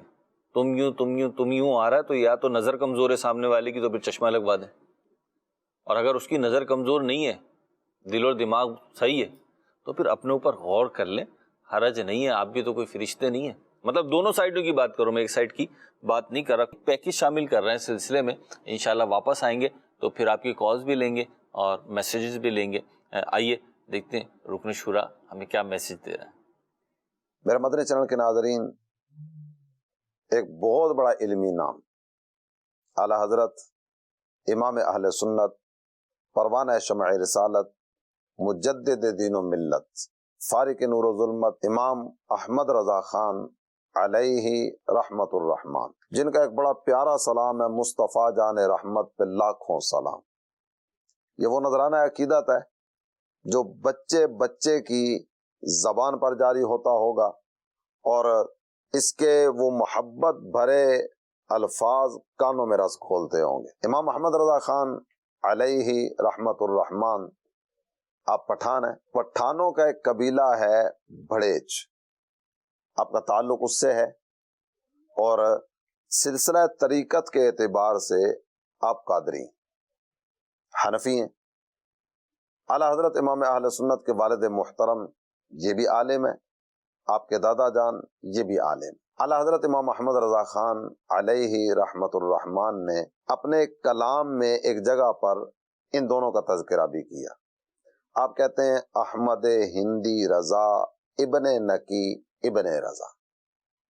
اللہ تعالی جل جلالہ کہ ان پر رحمتیں ہوں. امام احمد رضا خان علیہ رحمت الرحمان، آپ کی پیدائش آپ کی برت 10 شوال المکرم 1272 سن ہجری کو ہوئی، اور دوسرے اعتبار سے اگر دیکھا جائے تو اعلیٰ حضرت امام احمد رضا خان جون 1856 میں دنیا میں تشریف فرما ہوئے۔ آپ نے اپنے سن ولادت کا ذکر کرتے ہوئے آیت کریمہ کے الفاظ کو ذکر کیا۔ علم الاعداد کے اعتبار سے یہ پورا ایک فن ہے، پورا ایک علم ہے۔ اعلیٰ حضرت امام اہل سنت نے ان قرآنی الفاظ سے اپنے سن ولادت کا ذکر کیا۔ اولئک کتب فی قلوبہم الایمان وأیدہم بروح من۔ ان قرآنی الفاظ کے دو حصے ہیں، ایک تو اللہ تعالیٰ جل جلالہ نے ارشاد فرمایا کہ ان کے دلوں میں اللہ نے ایمان کو نقش کر دیا، اور دوسری بات ذکر فرمائی گئی کہ روح القدس کے ذریعے، جبریل امین کے ذریعے اللہ تعالیٰ جل جلالہ نے ان کی مدد فرمائی۔ حقیقت بھی ایسی ہے۔ اعلیٰ حضرت امام اہل سنت کی زندگی کو اگر دیکھا جائے تو امام احمد رضا خان علیہ رحمت الرحمن، اگر یوں کہوں نا کہ اپنے اس دور میں ہمارے کریم آقا، ہمارے رحیم آقا، ہمارے مشفق اور مہربان آقا صلی اللہ تعالی علیہ وآلہ وسلم کا ایک زندہ معجزہ تھا۔ جی ہاں، اس دور میں، جس دور میں کتاب حاصل کرنا، کتاب خریدنا اتنا آسان نہیں تھا، اس عظیم شخصیت نے 1000 سے زائد کتابوں کا تحفہ اس امت کو عطا فرمایا۔ اعلیٰ حضرت امام اہل سنت کے نام نامی اسم گرامی کے تعلق سے اگر بات کی جائے، اعلیٰ حضرت امام اہل سنت کا نام محمد ہے، تاریخی نام المختار، اور آپ کے دادا جان نے آپ کو احمد رضا کہہ کر پکارا۔ ساری دنیا میں آپ احمد رضا ہی سے جانے پہچانے جاتے ہیں، اور جب آپ اپنا نام لکھا کرتے تھے نا تو اپنا ایک انداز تھا کہ اپنے نام کے ساتھ لکھتے تھے عبد المصطفیٰ۔ عبد المصطفیٰ کا مطلب مصطفیٰ کریم صلی اللہ تعالی علیہ وآلہ وسلم کا غلام۔ اپنے کلام میں کہتے ہیں خوف نہ رکھ تو اے رضا، تو ہے عبد مصطفیٰ، تیرے لیے امان ہے، تیرے لیے امان ہے۔ اللہ تعالی جل جلالہ کی ان پر رحمتیں، ان کے صدقے اللہ تعالی ہم سب کی حتمی مغفرت فرمائے، آمین، بجاہ النبی الامین صلی اللہ تعالی علیہ وآلہ وسلم۔ اللہ پاک ہمیں توفیق عطا فرمائے عمل کرنے کی، علم دین کی اپنی برکتیں، سنتے رہیں، پڑھتے رہیں، سیکھتے رہیں اور آگے بڑھتے رہیں۔ انشاءاللہ سلسلے میں کچھ جو ہے میسیجز شامل کر رہے ہیں، پھر کالز کی طرف بھی بڑھیں گے۔ کلام سنا دیں، چلیں جی اویس گل بھائی آپ کے لیے فرمائشیں آنا شروع ہو گئی ہیں۔ کلام سنا دیں، کون کہتا ہے زینت خلد کی اچھی نہیں؟ اچھا جی، ایک میسیج ہے لمبا چوڑا، اور میسیج یہ ہے کہ جی قیامت کی واضح نشانیوں پر سلسلہ ہونا چاہیے۔ بالکل جی سلسلہ ہے، رکن شورا حاجی عبدالحبیب الطاری مدثر اللہ العالی کا بھی سلسلہ ہے، اور مجھے یاد پڑتا ہے ایک اور بھی سلسلہ قیامت کی نشانیوں کے حوالے سے نگران شورا کا موجود ہے۔ مدنی چینل کے یوٹیوب چینل پر یا فیس بک پیج پہ سرچ کریں گے آپ تو انشاءاللہ آپ کو مل جائے گا، اور ہماری مجلس ہے مدنی چینل عام کرو کے نام سے، تو اگر اس کے کسی ذمہ دار سے آپ کا رابطہ ہو جائے آپ کے علاقے میں تو انشاءاللہ یہ بھی آپ کو پروگرام انشاءاللہ پرووائڈ کر دیں گے۔ یہ کلام سنا دیں، مجھ کو درپیش ہے پھر مبارک سفر، قافلہ پھر مدینے کا تیار ہے۔ اللہ کرے ایسا ہو جائے اور دوبارہ سفر کی سعادت مل جائے، آپ کو بھی مل جائے، ہمیں بھی مل جائے، سارے مدنی چینل کے ناظرین کو مل جائے۔ جی آپ سے فرمائش اویس گل بھائی، چل مدینے چلتے ہیں، صبح صبح سب مدینے کی یادوں میں گھومیں۔ سبحان اللہ۔ اور آپ سے شکایت آ گئی اویس گل بھائی کیا کر رہے ہیں؟ پچھلے ہفتے آپ نے کلام نہیں سنایا تھا، میری التجا آج مجھے 2 کلام سنا دیں۔ میں فرمائش آپ کے سامنے رکھ دیتا ہوں، پھر آپ کا اور ایک کا معاملہ ہے، ٹھیک ہے جی؟ ایک تو یہ کہ میں لچپال دے لگیاں، اور دوسرا ہے اپنے دامن شفاعت میں چھپائے رکھنا۔ تو ایک سنا دیں گے آج آپ کو، صحیح ہے انشاءاللہ؟ تھوڑی سی ریکویسٹ میں بیچ میں کر دوں، دوسرے بھی ہیں نا۔ مجھے بڑی پیاری بات لگی کہ حرم شریف میں عمرہ کرنے والے اور حج کرنے والے عمومی طور پر جو ہے نا رش بھی ہوتا ہے بعض اوقات، تو اس میں نفلی طواف بھی کر رہے ہوتے ہیں، بالخصوص حج کی اور طواف الزیارہ کا جو ایام ہے نا ان دنوں میں بات کر رہا ہوں. تو نفلی طواف کرنا یقیناً بہت بڑی نیکی ہے، سعادت ہے، لیکن وہ مخصوص دن ہے طواف الزیارہ کے کہ وہ آپ حج سے فارغ ہوئے ہیں، اب آپ کو جو کام کرنا ہے وہ طواف الزیارہ ہے. حج کے فرائض میں سے ایک فرض ہے اور ادا نہیں کیا تو ساری زندگی کا ایک معاملہ ہے اس کا، طواف الزیارہ کا. تو سید ابراہیم شاہ صاحب بخاری مدثر اللہ العالی تربیت فرمائی کہ طواف الزیارہ کے ایام میں نفلی طواف نہ کریں. کیوں نہ کریں؟ اس کا ایک ریزن یہ دیا کہ مسلمان ظاہر سی بات ہے جنہوں نے حج کیا اب وہ طواف الزیارہ کریں، وہ آئیں گے تو ان کو سہولت اور جگہ دینے کی نیت سے اللہ اکبر، ماشاء اللہ پاک نے چاہا تو اس پہ ایثار کا ثواب ملے گا. اور سمجھ میں آتا ہے کہ ظاہر سی بات ہے طواف ہے، اب ایک نے اپنا فرض طواف ادا کرنا ہے اور ہم نے نفل کرنا ہے، یہ ہر وقت کی سوچ نہیں ہونی چاہیے، لیکن خاص طواف الزیارہ کے لیے کہ اس کے ایام بھی طے شدہ ہیں تو انہی دنوں میں وہ کرنا ہی کرنا ہے. طواف نفل طواف جو ہے وہ تو ساری زندگی آپ کر سکتے ہیں انشاءاللہ، جب رہیں گے وہ بعد میں بھی کر سکتے ہیں، پہلے بھی کر سکتے ہیں، اللہ توفیق عطا فرمائے. تو سیکھنے کو ملا. تو ایسے ہی آپ نے 2 کلاموں کی فرمائش کی تو مجھے یہ بات یاد آ گئی. اچھا جی، فرمائش ہے حاجی عبدالحبیب بھائی کا یہ اسٹوڈیو کلام ضرور سنا دیجئے، کس شہنشاہ والا کی آمد آمد ہے. اچھا جی، سبحان. میسیج ہے پڑھ دیتا ہوں جی. آپ جو کہہ رہے ہیں سب کچھ ٹھیک ہے، لیکن جو رشتہ دار ہماری جڑیں کاٹ رہے ہوتے ہیں اور کاٹتے آئے ہوں ان کا کیا کرا؟ ہمارے رشتہ دار ہماری ترقی نہیں چاہتے. مجھے کلام سنا دے، فرمائش بھی جا زندگی مدینے سے جھونکے ہوا کے لا. تو آپ نے جو بات کی ہے تو مختصر جواب تو یہی ہے جو پیارے آقا صلی اللہ علیہ وسلم نے ارشاد فرما دیا کہ جو تم سے توڑے تم اس سے جوڑو، جو تمہارے ساتھ برا کرے تم اس کے ساتھ اچھا کرو. تو مختصر جواب تو یہی ہے انشاءاللہ. باقی پیچھے بھی باتیں ہوئی ہیں، ابھی آگے بھی سلسلے میں کلام کریں گے. اچھا جی، عاطف بھائی کو دیکھ کے بہت اچھا لگا جی، ہمیں بھی اچھا لگ رہا ہے.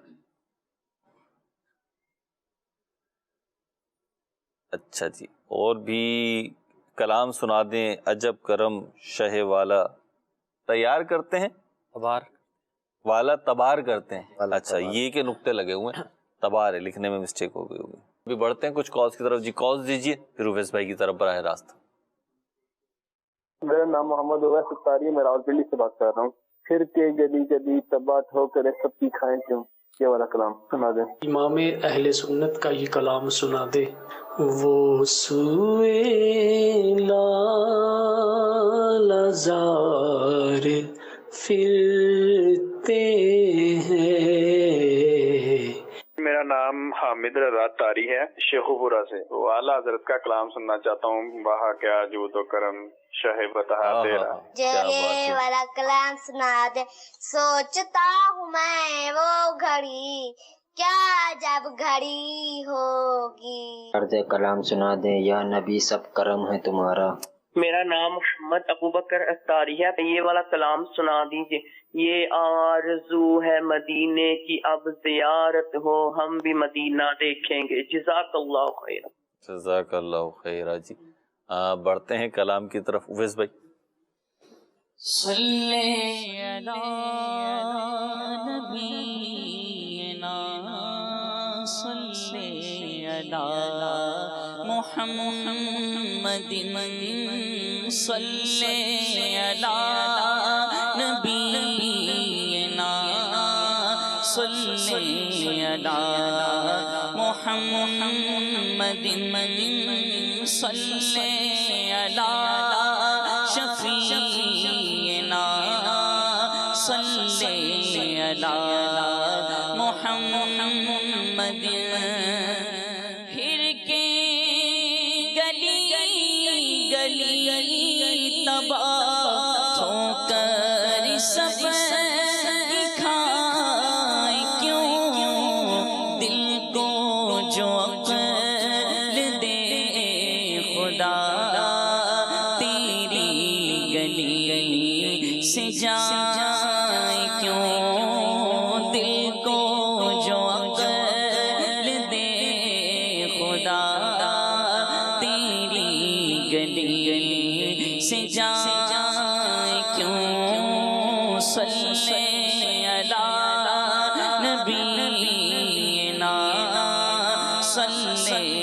علی محمد صلی علی شفیعنا صلی علی محمد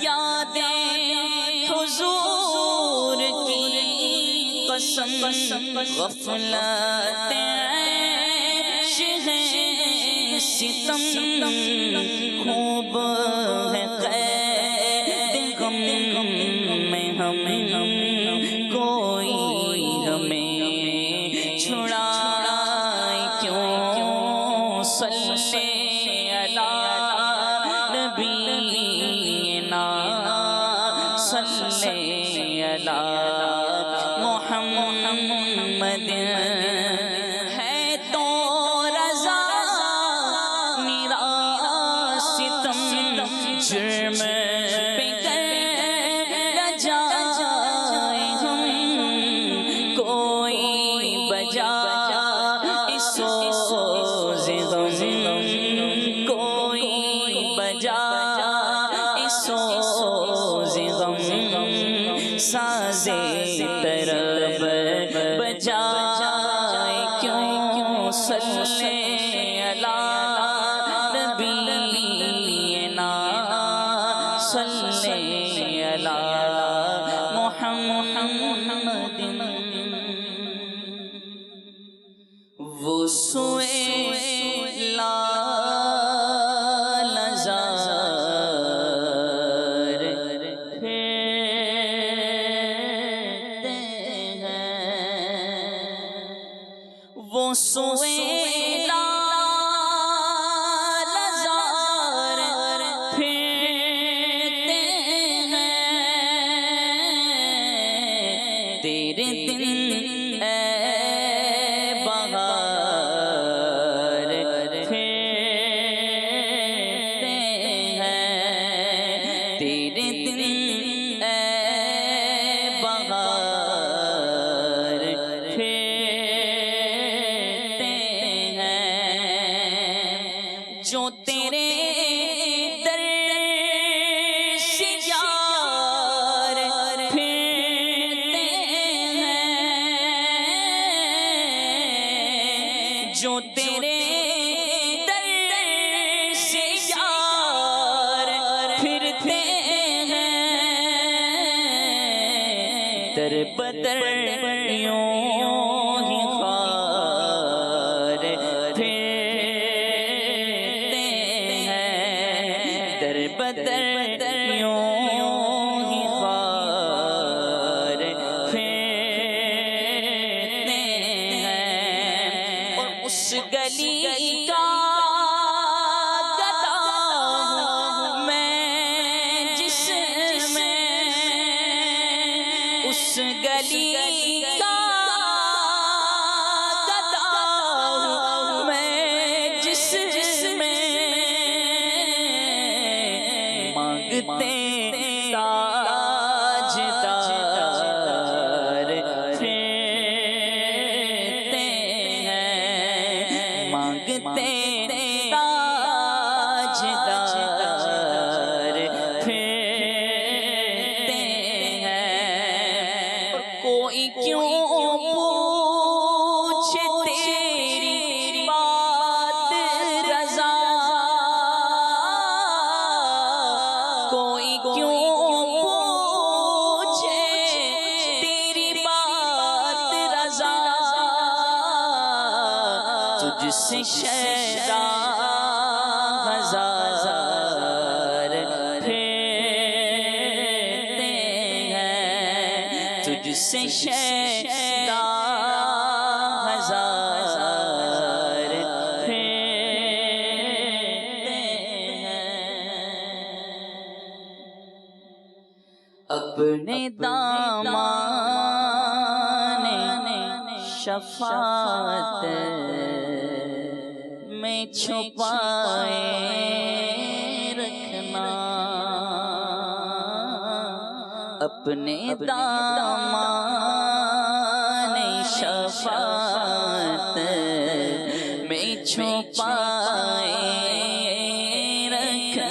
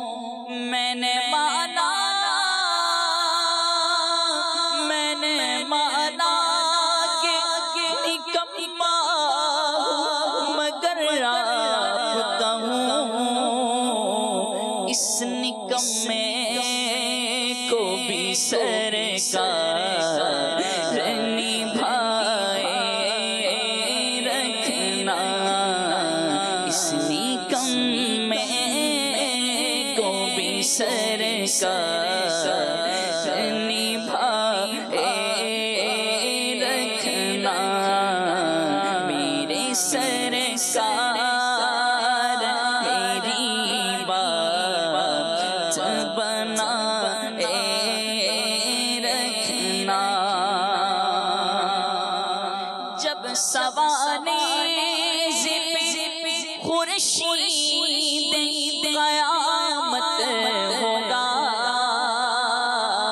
اپنی زلفوں کے گناہگار پہ سایہ رکھنا، اپنی زلفوں کے گناہگار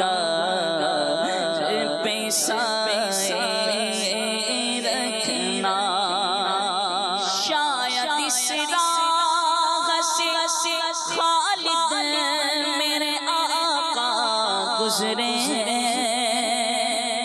شاید اس راہ سے خالد میرے آقا گزرے، اپنی پلکوں کو سرے راہ بچھائے رکھنا، اپنی پلکوں کو سرے راہ بچھائے رکھنا، میرے سرکار میری بات بنائے رکھنا۔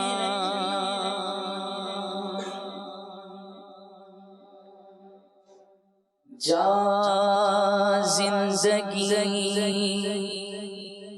مدینے سے جھونکے ہوا کے لا، جا زندگی مدینے سے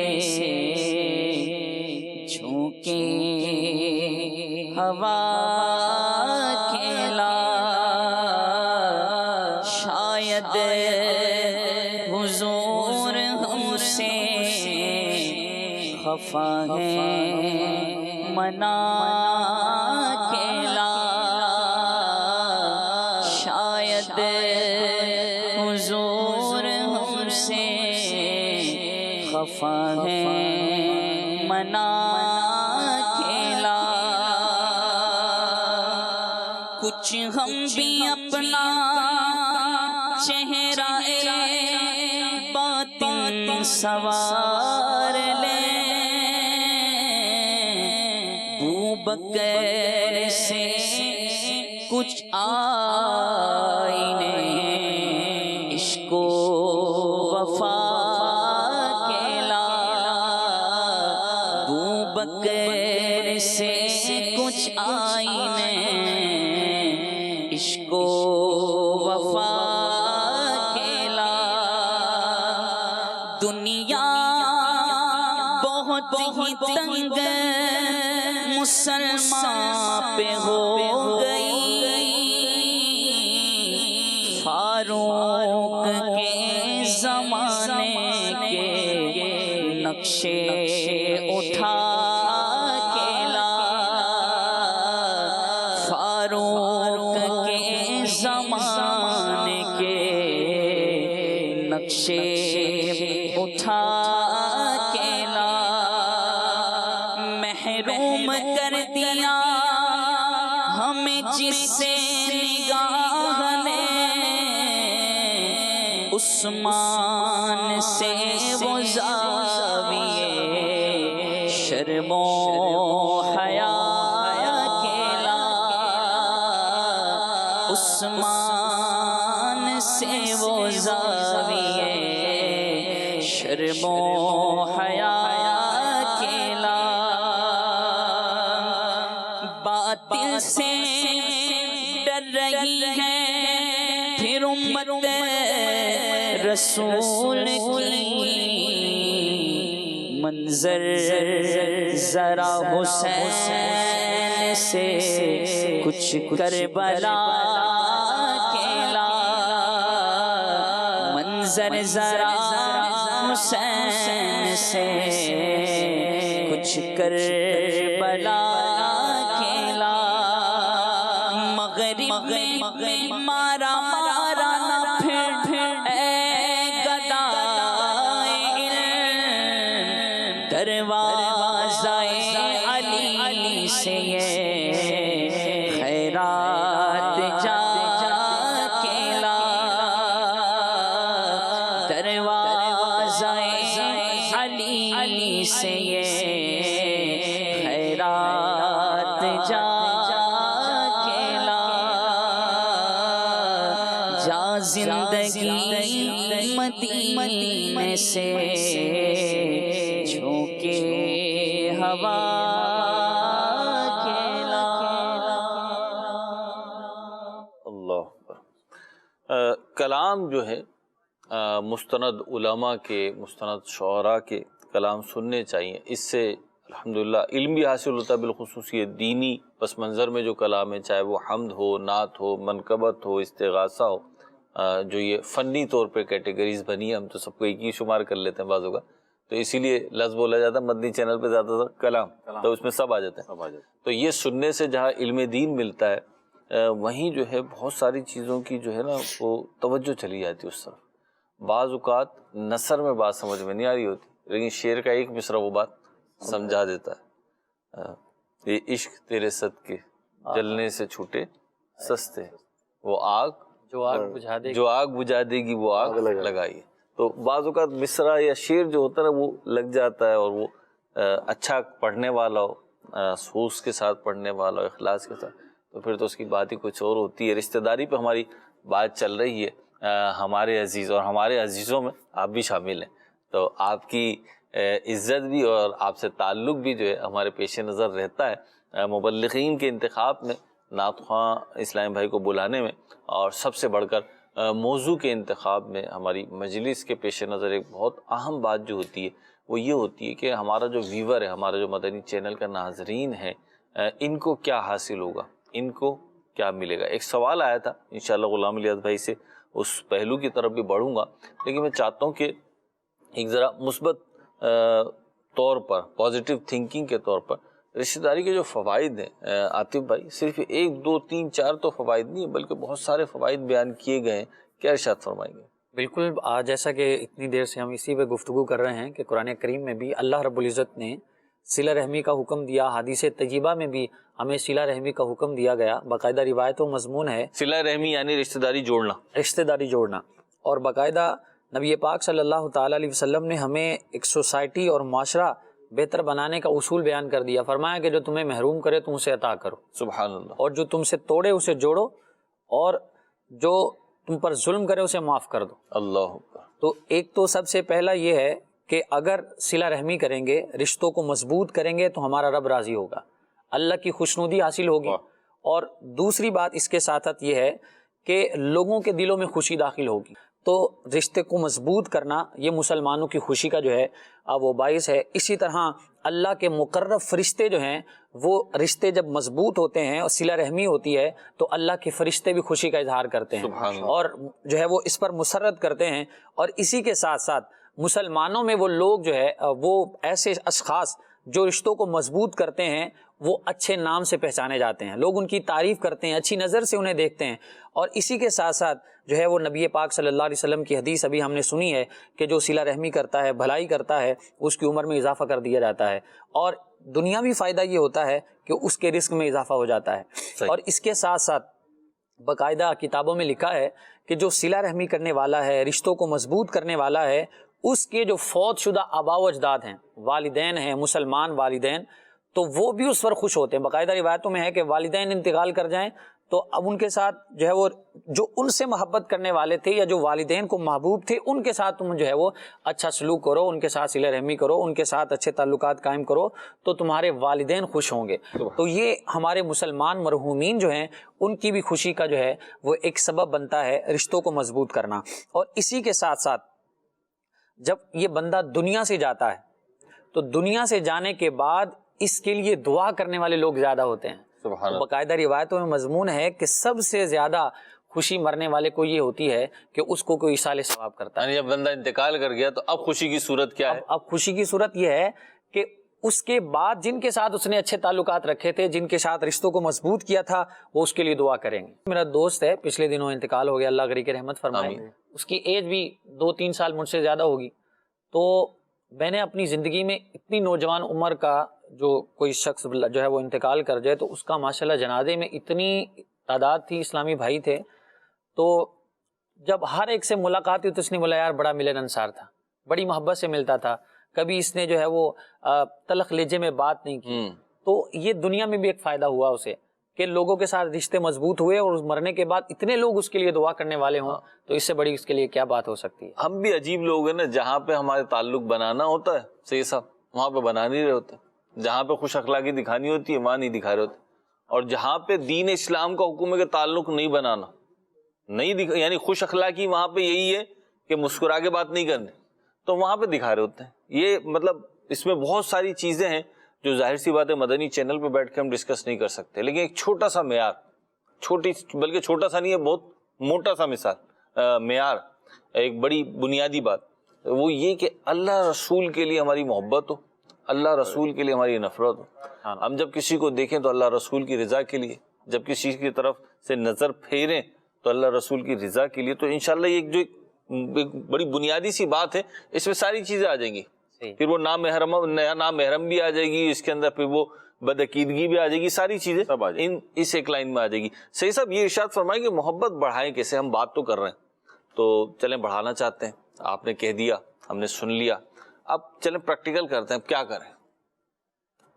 جی، محبت بڑھانے کے لیے رشتوں کے اندر جو مضبوطی آئے اور آپس میں تعلق بہتر سے بہتر ہوتا چلا جائے اور محبتیں، چاہتیں، الفتیں ہماری بڑھتی چلے جائیں، جی اس کے لیے کہ کام بھی ایسے کیے جائیں نا، ایسے کام کیے جائیں. دیکھیں پہلی بات تو یہ ہے کہ جو اللہ تبارک تعالیٰ نے حقوق رکھے ہیں ان حقوق کو جان کر ان حقوق کی پاسداری کی جائے. اس سے اللہ تبارک تعالیٰ کے حکم کی تعمیل ہوگی، شریعت مطہرہ کے حکم کی جو ہے وہ اتباع ہو جائے گی، حکم مان لیا جائے گا، نبی پاک علیہ صلاۃ والسلام کے فرامین پر عمل ہوگا تو برکت ہوگی. جب برکت ہوگی تو الفت بھی بڑھے گی، چاہت بھی بڑھے گی، محبت بھی بڑھے گی. صحیح ہے. اب یہ کہ تھوڑا اسمائلنگ فیس ہونا چاہیے، مسکراہٹ. جو بندہ مسکراتا ہے، ملنسار ہوتا ہے تو گھر کے اندر بھی رشتے مضبوط ہوتے ہیں اور گھر سے باہر بھی رشتہ داروں کے اندر. جو اسمائلنگ فیس والا ہوتا ہے نا، مسکراہٹ والا ہوتا ہے، ملنسار ہوتا ہے، تو ملنساری کو اپنانا چاہیے، مسکراہٹ کو اپنانا چاہیے. ایسے ہی شادی، ایک چیز ایڈ کر دوں یہاں پہ مجھے یاد آ گئی، واقعے کے اوپر جو ہے آپ کا انداز یہ ہونا چاہیے کہ سامنے والے کی خوشی میں آپ شامل ہو جائیں اور اس انداز میں اس کو مبارکباد پیش کریں کہ اسے لگے کہ یار یہ میری خوشی سے خوش ہوا ہے. تو رشتہ داروں میں جو خوشی کے مواقع ہیں اس پہ اپنے ایکسپریشن اس طرح سے دینا کہ میں آپ کو جو اللہ نے نعمت دی ہے، آپ کو جو خوشی دی ہے، بچے کی ولادت ہوئی ہے، شادی کا موقع ہے، حج کر کے آئے ہیں، عمرے کی سعادت پائی ہے، یعنی ایسے مواقع جو خوشی کے مواقع ہیں ان مواقع کو، اچھی جاب مل گئی ہے، بچہ آپ کا امتحانات میں اچھے نمبر لے کے پاس ہو گیا ہے تو مبارکباد دیں، اس انداز میں مبارکباد دیں کہ لگے یار یہ بندہ فدا ہوئے جا رہا ہے، بڑی خوشی ہوئی ہے اس کو. تو یہ بھی ایک محبت بڑھانے کا ذریعہ ہے. ایسے ہی اگر غمی کا موقع ہے، کوئی دکھ درد اور تکلیف کا معاملہ ہے تو اب اس کے درد، اس کی تکلیف کو گویا کہ ہم بھی محسوس کریں اور سامنے والے کو یہ باور کرائیں کہ آپ کے غم میں بھی شامل ہوں. گویا کہ یہ تکلیف میرے لیے بھی ہے. اس میں تعزیت کرنا بھی آ گیا، اس میں تیمارداری کرنا بھی آ گیا. سچی کرے جو بھی کرنا، بالکل سچی کرے، اس میں برکت ہوگی. یہ جو مشکل وقت میں اپنے آپ رشتہ دار کے ساتھ، اپنے بھائی کے ساتھ، اپنی بہن کے ساتھ، اپنے والدین کے ساتھ، اپنے بہن بھائیوں کے ساتھ، اپنے عزیز و اقارب کے ساتھ جو مشکل وقت میں آپ کھڑے ہو جائیں گے نا، یہ ان کا ساتھ دے دیں گے اچھے کاموں میں، نیک کاموں میں. بات یہ کہ مشکل وقت میں ساتھ دے دیں گے تو جب آپ ساتھ کھڑے ہو جائیں گے نا تو یہ ان کو یاد رہ جائے گا. اس سے محبت بڑھے گی، چاہت بڑھے گی، الفت بڑھے گی. سلام کو عام کریں، سلام کو عام کریں. گھر میں بھی السلام علیکم ورحمۃ اللہ وبرکاتہ، گھر میں سلام، آتے جاتے سلام. جہاں جو والد صاحب سے ملاقات ہوئی سلام، والدہ سے ملاقات ہوئی سلام، بہن بھائیوں سے ملاقات ہوئی سلام. اور جن سے جو ہے وہ مصافحہ کا حکم ہے، اگر نامحرم ہے تو ساری باتیں انہیں تو اس کا حکم الگ ہوگا. لیکن کیا ہے، عزیز و اقارب کے اندر بھی کیا ہے، سلام کو عام کیا جائے اور مصافحہ کیا جائے. مسافے کی یہ برکت علماء نے لکھی کتابوں کے اندر کہ اس سے کینہ مسلم جو ہے وہ دور ہوتا ہے. صحیح. تو اب بتائیے اگر دل سے کینہ نکل جائے, دل سے دشمنی نکل جائے, دل سے جو ہے نا وہ دشمنی اگر نکل جائے تو پھر کیا آنا ہے؟ جب دشمنی نکل گئی, عداوت نکل گئی, کینہ نکل گیا تو کیا آنی ہے؟ محبت آنی ہے, چاہت آنی ہے. تو چاہت اور محبت کو بڑھانے کے لیے کیا ہے کہ ہم سلام کو بھی عام کریں, مصافحہ کو عام کریں, دکھ درد تکلیف میں اپنے مسلمان بھائی کے ساتھ کھڑے ہو جائیں. تو انشاءاللہ یہ وہ اعمال ہیں. پھر ان کے لیے دعا بھی کریں اللہ کی بارگاہ. پھر اصلاح کا سلسلہ بھی بنائیں, یعنی جہاں موقع ملتا ہے نیکی کی دعوت دیں. اسی طریقے سے جہاں آپ کو لگتا ہے کہ میرے سمجھانے سمجھ جائیں گی, نیکی کی دعوت بھی دیں. یہ سارے ایسی چیزیں ہیں کہ جس سے کیا ہے محبت میں, چاہتوں میں اضافہ ہوگا اور رشتہ داری جو ہے مضبوط سے مضبوط ہوتی چلی جائے گی. اللہ پاک ہمیں عمل کی توفیق عطا فرمائے. آخر میں غلام الیاس بھائی مختصر سے کوئی جملے, جو ہماری کال آئی تھی اس پر میں نے ایک مختصر وضاحت تو دی تھی, تھوڑا آپ ارشاد فرمائیں کہ ایک رشتہ دار ہے جو شرنگیزی کر رہا ہے, مسلسل دکھ پہنچا رہا ہے, تکلیف پہنچا رہا ہے, ٹیس پہنچا رہا ہے, ہم کیا کریں؟ اس میں میں اس سے پہلے ایک بات یہاں پر عرض کرنا چاہوں گا, سمجھانا چاہوں گا کہ صبر کے کتنے فضائل بیان کیے گئے. تو صبر ہوتا کب ہے کہ جب مصیبت پہنچتی ہے. اللہ اکبر. ٹھیک ہے. اگر مصیبت ہی نہ ہو, پریشانی, تو پھر صبر کس بات کا. ٹھیک ہے. یعنی خوشی میں تو کوئی صبر نہیں کرتا, خوشی میں تو وہ سب چیزیں کر رہا ہوتا ہے, خوشی میں تو شکر ہے, شکر ہے. صبر جو ہے وہ پریشانی میں ہی, غم میں ہی ہے. اب جس طرح سے پورے سلسلے کے اندر ہمارے یہاں پر احادیث بیان کی گئی, قرآن کی آیات سنائی گئی, تو احادیث میں بھی ہے کہ جو تم سے توڑے تم اس سے جوڑو. تو یہاں تو پہلی بات ہو گئی ہے, اگر کوئی آپ کو تکلیف پہنچا رہا ہے, کوئی رشتہ دار تکلیف پہنچا رہا ہے, کوئی آپ سے توڑنا چاہتا ہے, تو حدیث میں تو آیا انہی کے لیے کہ آپ ان سے جوڑو. اللہ ماشاءاللہ. جو تم سے قطع تعلق کرے تم اس کے ساتھ صلہ رحمی کرو. جو بھی اس طرح سے ہے مدنی چینل کے ناظرین, ہمیں اس پر صبر کرنا چاہیے اور ان کے ساتھ ہمیں رشتہ داری جوڑنی چاہیے. تو جبھی جتنے بھی فوائد بیان کیے گئے, جو ثواب کا یہاں پر ذکر ہوا, جبھی تو وہ حاصل ہوگا. اگر ایسی چیز ہوتی نہیں تو پھر کیوں آتا کہ جو تم سے توڑے تم اس سے جوڑو. یہی مشکل ہے, یہی مشکل ہے. اور ہمیں اس مشکل کو بہرحال ٹیکل کرنا ہے. کچھ چیزیں تو ہمارے مبلغین نے آپ کو بتائیں. ایک مشورہ میں بھی دیتا ہوں, رشتہ داری بالخصوص توڑنے کا معاملہ جہاں آپ کو یہ ذہن میں آ رہا ہو کہ رشتہ داری ختم کر دینے چاہیے کسی بھی وجہ سے, تو میرا مشورہ ہے آپ دارالفتاء اہل سنت کا وزٹ ضرور کریں, کسی اچھے مفتی اسلام سے مشورہ ضرور کریں. انشاءاللہ جو دین اسلام کے حکام ہیں وہ جان کے کام کریں گے تو انشاءاللہ دنیا میں بھی راحت میں رہیں گے, آخرت میں بھی راحت میں رہیں گے. کچھ رسالے میں بتانا چاہتا ہوں آپ کو, کیونکہ ہمارا جو بھی ٹاپک ہوتا ہے اس پہ ساری گفتگو جائے ضروری نہیں ہے. ایک ہفتہ واری رسالہ ہے, امیر اہل سنت کی کتاب سے ماخوذ ہے, اس کا نام ہے رشتہ داروں سے بھلائی. یہ رسالہ آپ مکتبۃ المدینہ سے حاصل کر لیں یا ویب سائٹ سے, آپ یہ رشتہ دار دیکھ رہے ہیں رسالے کی یہ پکچر, تو یہ رسالہ ویب سائٹ سے بھی ڈاؤن لوڈ کیا جا سکتا ہے. اسی طریقے سے ایک اور امیر اہل سنت کا رسالہ ہے, ملفوظات پر مشتمل ہے, اور اس کا نام ہے رشتوں میں سب سے زیادہ نازک رشتہ کون سا. اس میں دیگر سوال بھی ہیں لیکن یہ بڑا ایک بنیادی سوال ہے اور اس کو تو ہم نے ڈسکس بھی نہیں کیا ہے. جو اس رسالے میں موضوع ہے وہ تقریباً ڈسکس نہیں ہوا, تو اس کو بالکل دیکھیے. اور ایک اور رسالہ ہے امیر اہل سنت کا, ہاتھوں ہاتھ پھپھی سے سلو, تو یہ ہاتھوں ہاتھ پھپھی سے سلو کر لی. تو یہ 3 رسالے میں نے بتائے, خود بھی پڑھیں, دیگر کو بھی پڑھائیں. ایسا نہ ہو کہ رسالے لے کر صرف تقسیم ہی کریں, خود نہیں پڑھیں کہ سب کو ضرورت ہے مجھے نہیں. اللہ پاک ہمیں عمل کی توفیق عطا فرمائے. ہم نے بھی پڑھنا ہے, دوسروں کو بھی پڑھانا ہے, انشاءاللہ اپنی بھی اصلاح کرنی ہے اور ساری دنیا کے لوگوں کی اصلاح کی بھی کوشش کرنی ہے. دعا کی طرف بڑھتے ہیں اور پھر صلاۃ والسلام. سبحانک اللہم وبحمدک اشہد ان لا الہ الا انت استغفرک واتوب الیک. صلاۃ والسلام.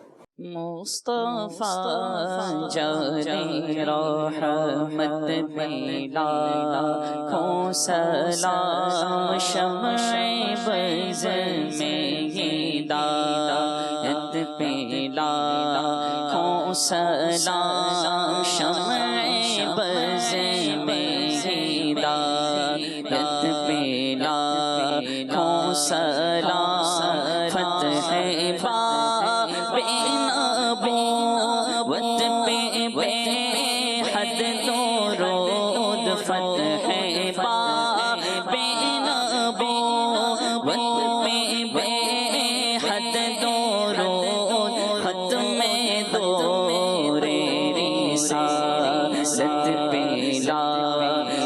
سلام